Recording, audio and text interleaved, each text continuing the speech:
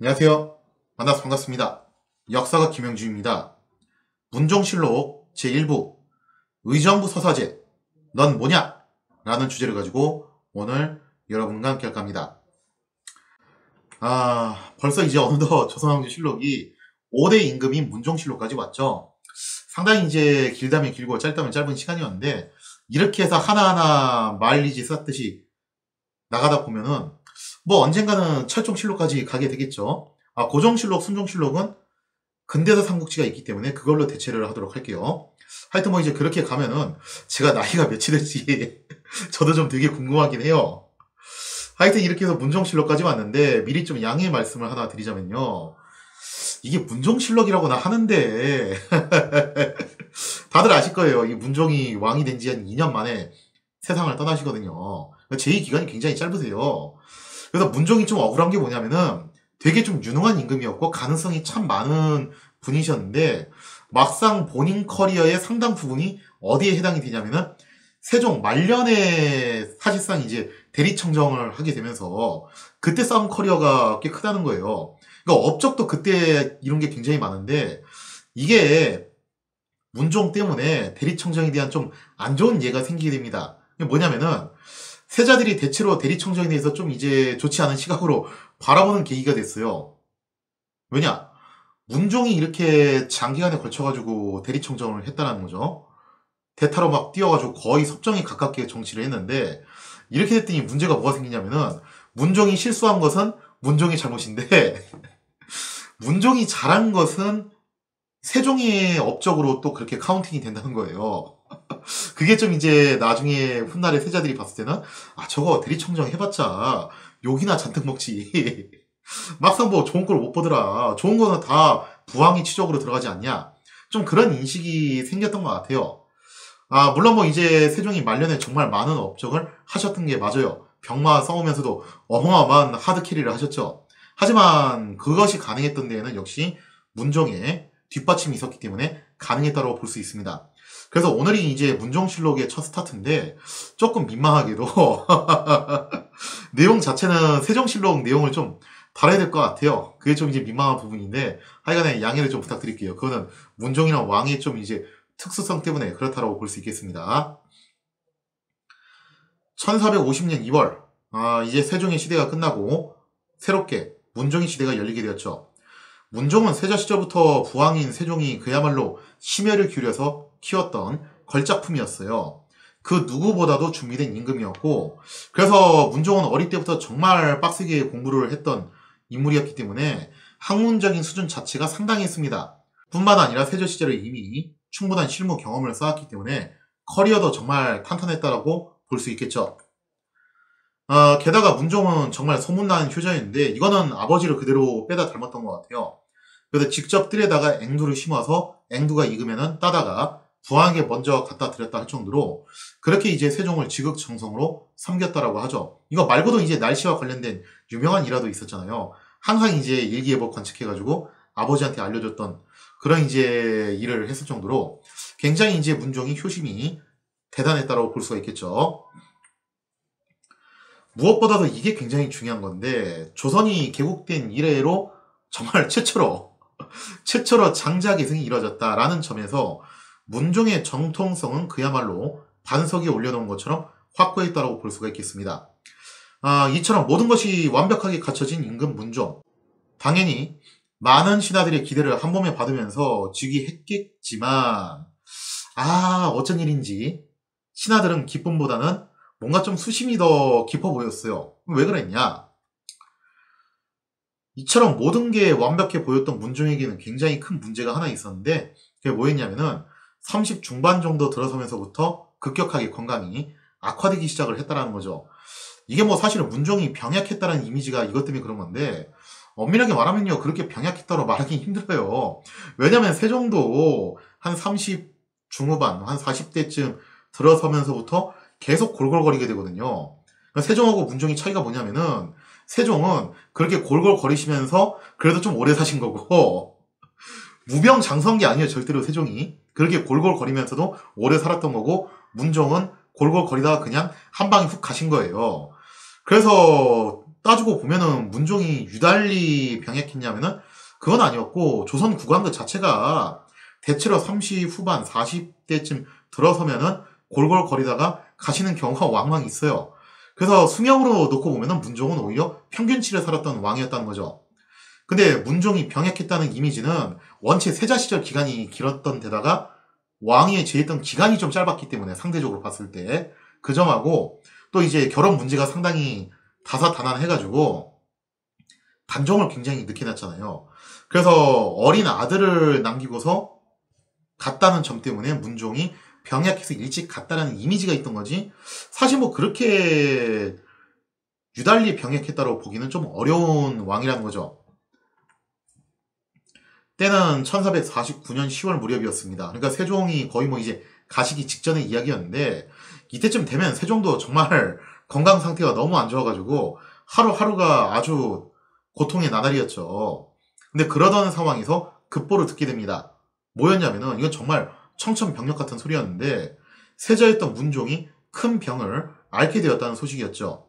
전에도 잠깐 좀 설명을 드렸지만, 당시 세자였던 문종은 미남이었다고는 하는데, 나이 먹으면서부터 부왕인 세종을 닮아서 다소 이제 살찐 모습이었다라고 해요.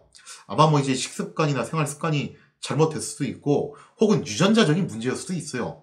뭐 아무튼 간에 이제 좀 살집이 있는 그런 모습이었다고 하죠. 참고로 믿기 어려우시겠지만 저도 어릴 적에는 좀 미남 소리 들었어요.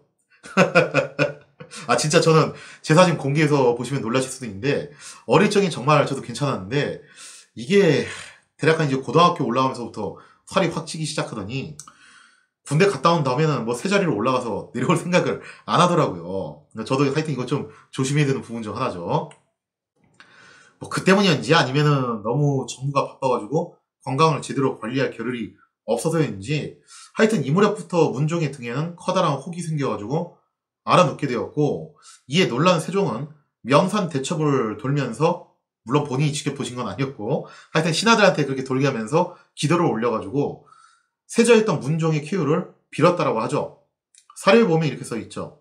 세자에게 등창이 생기니 여러 신하를 나누어 보내 기 내에 명산, 대천과 신사, 부르를 빌게 하고, 그러니까 온갖 종교에다 다 빌게 한 거예요.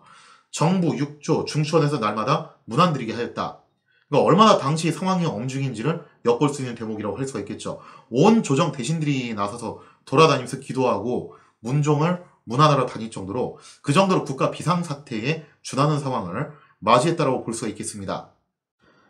당시 기록을 놓고 보면은 문종이 단순히 뭐 이제 생활 식습관 문제 때문만 그렇게 됐던 건 아닌 것 같아요. 뭐 그것도 있었겠지만, 실제로 격한 정무에 시달려서인지 자주 피로감을 호소를 했대요. 자주 피로감을 호소했다라는 걸로 놓고 봐서, 특히 이제 문종도 본인도 살이 좀 쪘잖아요. 몸에 자꾸 뭐 혹 같은 거 생기고 그랬던 걸로 봐서 아마 문종도 성인병을 앓았던 것 같아요. 뭐 고혈압이라든가 당뇨라든가 그런 종류의 병을 혹시 앓고 있지 않았을까라고 추정을 해볼 수가 있겠죠. 그러면서 이게 결국에는 등창으로 번지게 됐던 건데, 이때 문종이 거의 뭐 하마터면 죽을 뻔했어요. 그래서 거의 뭐 이제 부왕인 세종도 반쯤 포기하는 사태까지 갔었는데, 어쨌든 세종의 정성 덕분인지 아직은 죽을 운명이 아니었던 건지 한 달 정도 와병 끝에 극적으로 쾌유를 하게 됐다는 거죠. 다행히도 문종이 등에 나는 혹 안에 종기의 근이 빠져나왔고, 이로 인해서 문종의 병세는 간신히 한 고비를 넘길 수가 있었습니다. 이상의 내용을 사료를 통해서 살펴보면 이렇습니다.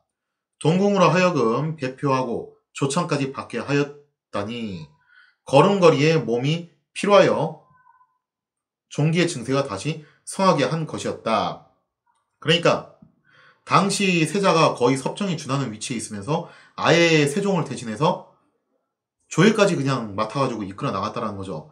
그래서 이것 때문에 좀 피로했는지 몸에 종기가 나는 증세가 사실 그전에도 있긴 있었던 모양이에요. 그러다가 이 1449년에 아주 결정타가 터졌던 거죠.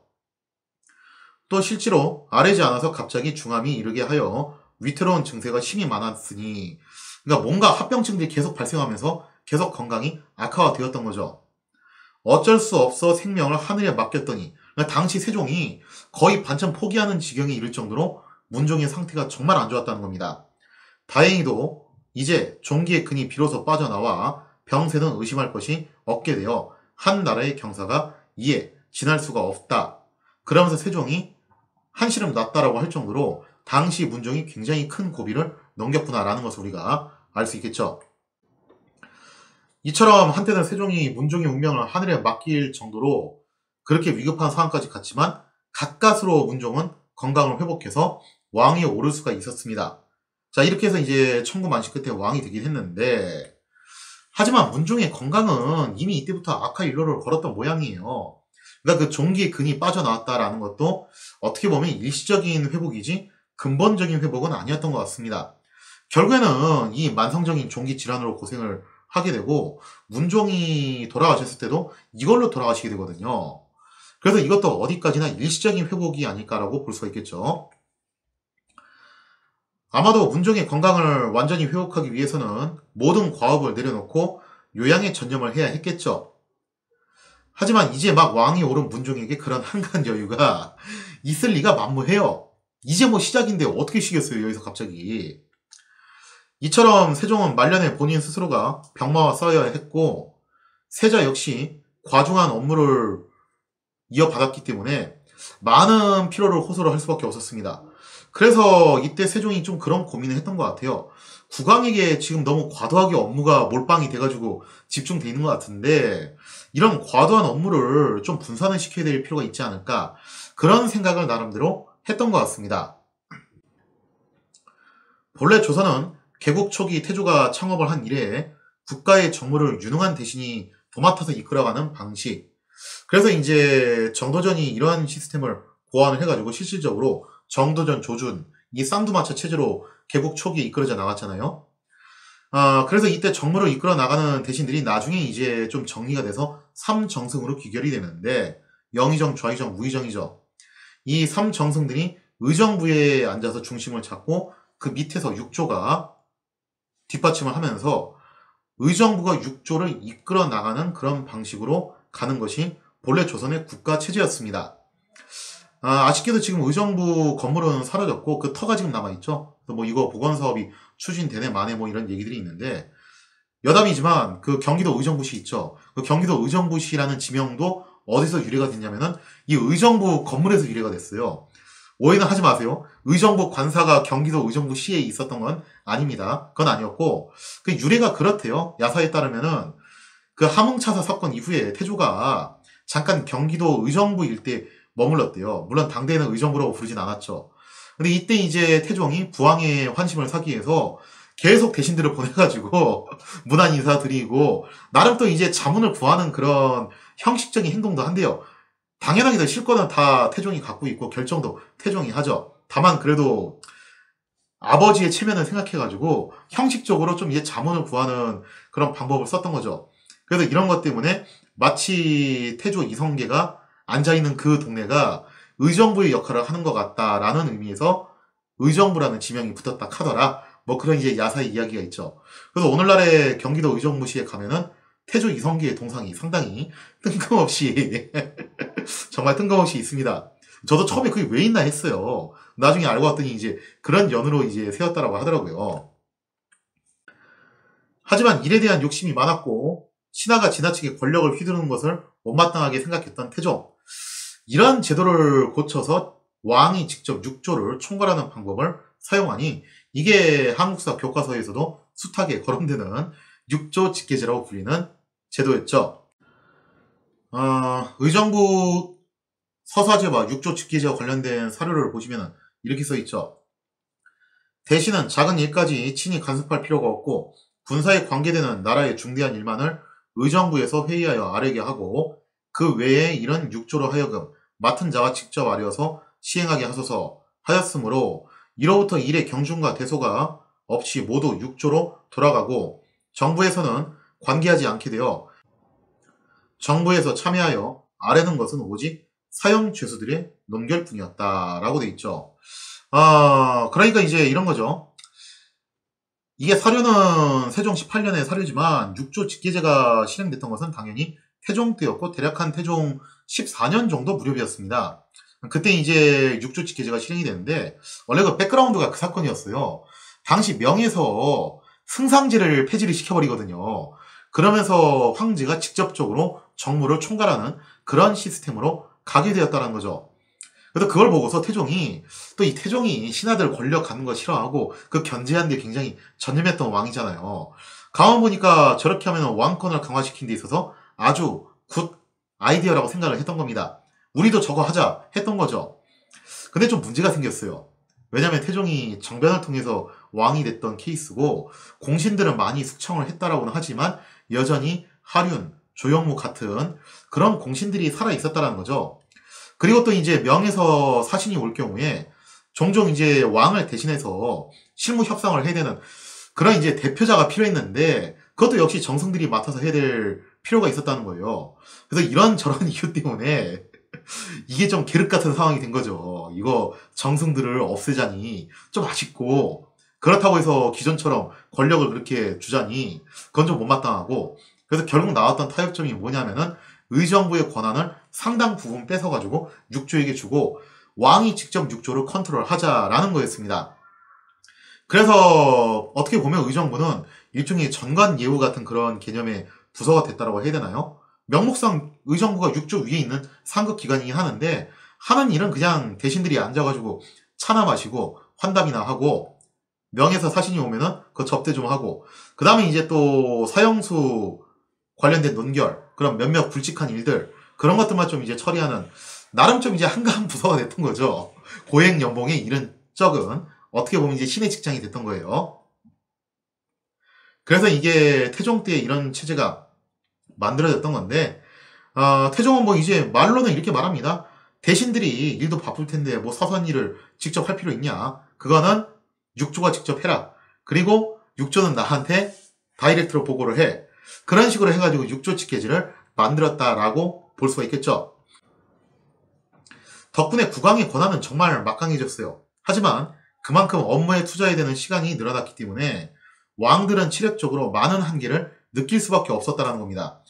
이거 태종도 좀 거시기 한 게, 이거 한 게 사실 자기 즉위 초에 한 게 아니에요. 태종 14년 무렵에 했거든요. 태종이 18년까지 통치를 했으니까, 이게 육조 직계제 한다면 4년 후에 왕위를 세종한테 넘겨준 거예요. 그러니까 이미 육조 직계제를 만들었을 때 시점에 태종은 어떤 생각을 했냐면은, 슬슬 자기는 이제 후방으로 물러나서 말년을 여유 있게 보내고, 그리고 이 막강해진 권한 플러스 엄청난 업무량은 다음번 왕한테 넘기겠다. 약간은 좀 이제 그런 계산도 있기는 있었던 거죠. 심지어 세종의 경우에는 언제나 넘치는 아이디어, 창의력 덕분에 새로 일들을 자꾸 만들어서 추진하는 그런 스타일이었잖아요. 그랬기 때문에 이런 육조 직계제 방식을 계속 사용을 했다가는 이거는 뭐 분신술이라도 써야 되는 그런 상황이었다는 거죠. 몸이 10개라도 모자라는 상황이었다는 거예요. 1436년 4월 세종 18년 무렵에 결국에는 세종이 못 버팁니다. 나 이거 더 이상 못하겠다. 그래서 지금의 방식으로는 한계점이 명확하다고 보고서 국초의 의정부를 중심으로 운영을 했던 의정부 서사제로 다시 되돌아가고자 했다라는 거죠. 이게 이제 함석 교과서에서 나오는 태종 때의 육조 직계제, 세종 때의 의정부 서사제, 그 패턴이에요. 자, 그래서 사료의 내용을 보면 이렇게 써있죠. 지금 태조께서 제정하여 놓으신 법에 의하여 육조에서는 각각 맡은 직무를 먼저 정부에 품위하고, 의정부에서는 가부를 의논하여 R&D의 분부를 받아서 도로 육조로 돌려보내서 시행하게 하라. 그러면서 의정부의 권한이 다소 막강해지는 모습으로 가게 됩니다. 근데 여기에 대해서 뭐 이제 세종이 뭐라고 얘기하냐면은, 이게 원래 오리지널 시스템이다. 할아버지께서 이렇게 만드셨던 거니까 그렇게 돌아간다고 해서 우리 아버지에 대한 불효가 아니다. 그러니까 이렇게 좀 가자. 그래 좀 나도 좀 살지. 이게 뭐 당연히 세종이 뭐 이제 앞으로는 업무를 쉬엄쉬엄 하면서 좀 말년을 유유자적하게 보내고 싶다, 그런 의사가 아닙니다. 아시다시피 세종은 말년까지 워커홀릭이었어요. 정말 빡세게 일하셨던 분이거든요. 의정부 너네가 좀 왕의 일을 맡아서 일정 부분 해줘야지 내가 새로운 아이디어를 이렇게 창의적으로 해가지고 또 뭔가를 좀 하지 않겠냐. 그래서 그런 욕망에 발로도 나름 좀 여기에 포함이 되어 있었다고 볼 수가 있겠죠. 아무튼 말년으로 갈수록 세종의 병세는 악화되었고, 하필이면 세종을 도와야 할 문종 역시 병이 들었기 때문에 의정부 서사제는 문종이 즉위한 이후까지 계속 이어지게 됩니다. 근데 예전에 그 설명을 드렸죠.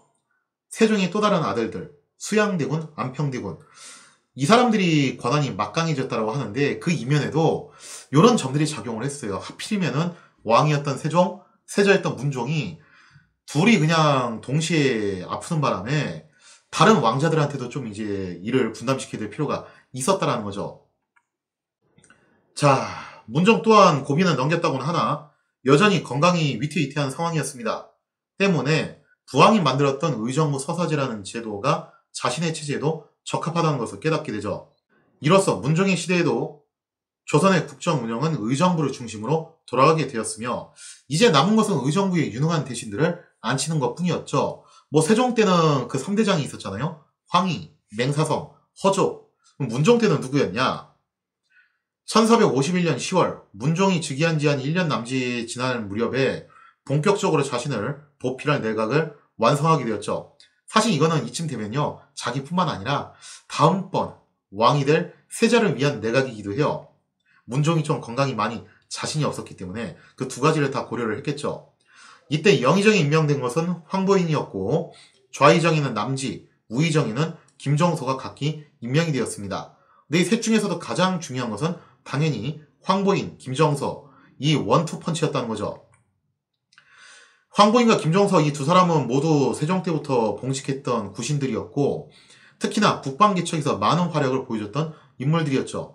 그래서 엄청난 실무 커리어를 갖추고 있는 사람들이에요.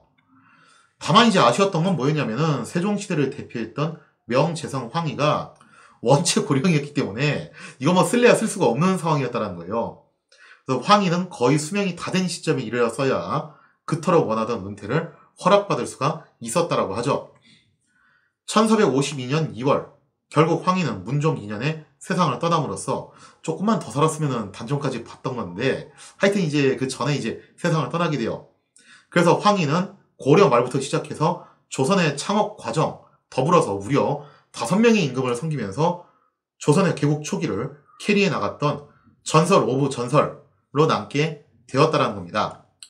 자, 이렇게 해서 문종의 시대가 본격적으로 시작이 되는데요. 오늘은 문종실록인지 세종실록인지 좀 이제 아리까리한 날이었죠.